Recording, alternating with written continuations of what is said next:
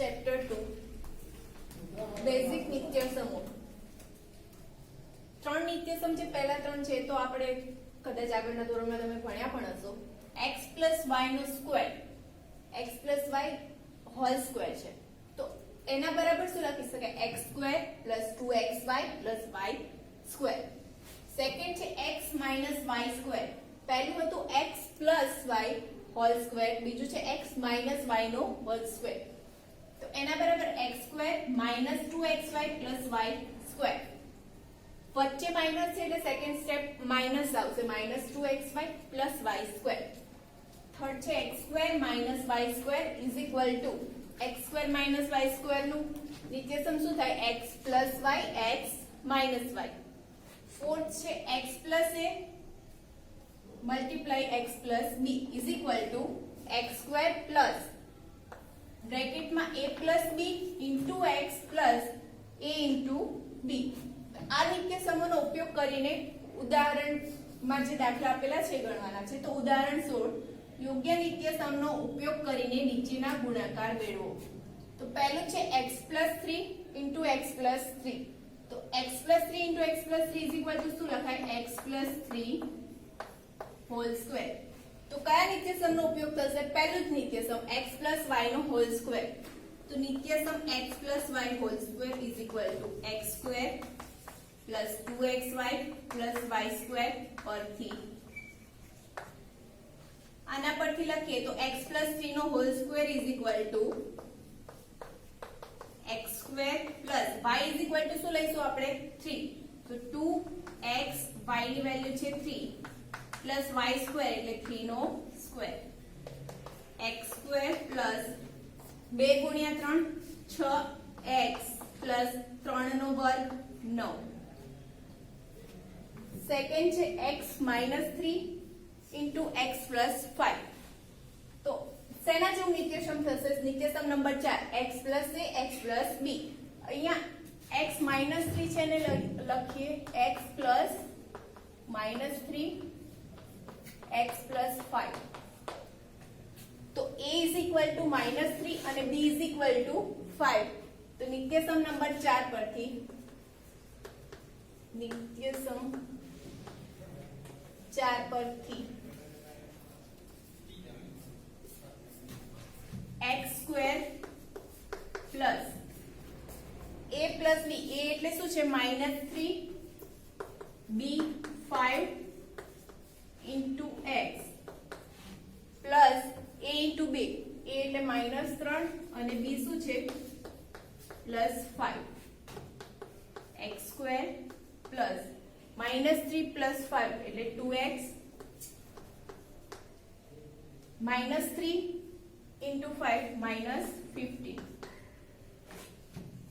ઉદાહરણ નંબર 17 સીધો ગુણાકાર કર્યા સિવાય 105 × 106 ની કિંમત મેળવો. નિત્યસમ પરથી 105 × 106 ની કિંમત મેળવવાની છે. તો 105 ને શું લખી શકાય? 100 + 5 લખાય ગુણ્યા 106 એટલે 100 + 6. x = 100 a = 5 અને b = 6. તો નિત્યસમ number 4 x + a × x + b = x² + a + bx + a × b. આ નિત્યસમ પરથી થઈ શકે. તો 100 + 5 × 100 + 6 શું લખાય? x² એટલે 100 નો સ્ક્વેર પ્લસ a + b એટલે 5 + 6 × x એટલે 100 + a × b 5 × 6. 100 no square plus 5 + 6 એટલે 11 ગુણ્યા 100 5 ગુણ્યા 6 30 11 ગુણ્યા 100 1100 + 30. સરવાળો કરીએ તો સીધો ગુણાકાર કર્યા સિવાય 105 × 106 ની કિંમત મળશે 11130. ઉદાહરણ નંબર 18 અવયવ પાડો. આપણે પહેલા જોયું નિત્યસમનો ઉપયોગ કરીને ગુણાકાર કરો. હવે છે અવયવ પાડો અને અવયવો શોધવાના છે. એમાં પહેલું છે 49a² + 70ab + 25b². તો 49a નો સ્ક્વેર, તો એને શું લખી શકીએ આપણે? 7a whole square. 7a નો હોલ સ્ક્વેર એટલે 49a² થશે, પ્લસ 25 નું સ્ટેપ થોડી વાર માટે રાખીએ. 25b², 25b ને 5b નો સ્ક્વેર લખાય. તો વચ્ચેનું પદ 2 ગુણ્યા પ્રથમ પદ છે 7a, થર્ડ પદ 5b નો ગુણાકાર કરીએ. 7 દુ 14a into 5b એટલે 14a into 5b 70ab middle પદ મળે છે, વચ્ચેનું પદ. તો આ આને કમ્પેર કરીએ. 7a = x લઈએ, 7a = x અને 5b = y. તો શેના જેવું નિત્યસમ થયું? x² + 2xy + y². માટે નિત્યસમ x² + 2xy + y². એના બરાબર શું લખીએ છીએ? x + y whole square. એના પરથી લખાય 7a + 5b whole square. Second છે 25/4x² - y²/9. તો 25/4 એટલે 5/2x whole square minus y/9 y²/9 તો y/3 હોલ સ્ક્વેર. તો x² - y², 5/2x ને x લઈએ અને y/3 ને y લઈએ. તો x² - y² ના બે અવયવો x - y અને x + y. તો 5/2x + y/3 અને બીજો અવયવ 5/2x - y/3.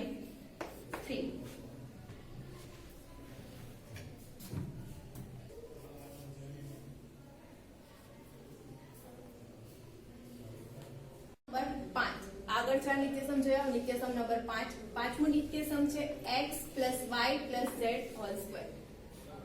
એના બરાબર શું થાય? x² + y² + z² + 2xy + 2yz + 2xz. હવે આ નિત્યસમ પરથી આગળ દાખલા કરવાના છે. તો ઉદાહરણ નંબર 19 છે 3a + 4b + 5c નો સ્ક્વેર. એનું વિસ્તરણ કરો. તો x = લઈએ 3a, y = 4b and z = 5c. તો x + y + z whole square નિત્યસમ નંબર 5 નો ઉપયોગ થશે. તો લખીએ x + y + z² = x² + y² + z² + 2xy + 2yz + 2xz પરથી 3a + 4b + 5c નો હોલ સ્ક્વેર = x² એટલે x બરાબર શું લીધું છે? 3a નો સ્ક્વેર + y², y = 4b માટે 4b નો સ્ક્વેર, z = 5c માટે 5c નો સ્ક્વેર પ્લસ 2xy, x ની value 3a, y 4b plus 2yz, y 4b, z 5c plus 2xz. તો x એટલે 3a, z 5c. તો નિત્યસમ પરથી કિંમતો મૂકી. હવે 3a નો હોલ સ્ક્વેર છે તો 3 નો square 9, a square, 4b whole square તો 16b², 5c whole square 25c square plus 2 into 3a 6a into 4b तो 6 into 4 24ab 2 into 4b એટલે 8b into 5c 8b into 5c એટલે 40bc plus 2 into 3a 6a into 5c 6a into 5c એટલે 3ac માટે 3a plus 4b plus 5c square નું વિસ્તરણ 9a square plus 16b square plus 25c square plus 24ab plus 40bc plus 30ac. હવે ઉદાહરણ number 20 જોઈએ. 4a minus 2b minus 3c whole square નું વિસ્તરણ કરો. આપણે નિત્યસમમાં જોયું તો x plus y plus z whole square બધી સાઈન કેવી છે પ્લસ. તો અહીંયા શું કરીશું? માઈનસ સાઈન છે તો 4a plus 2b કેવા છે? minus 2b plus minus 3c whole square.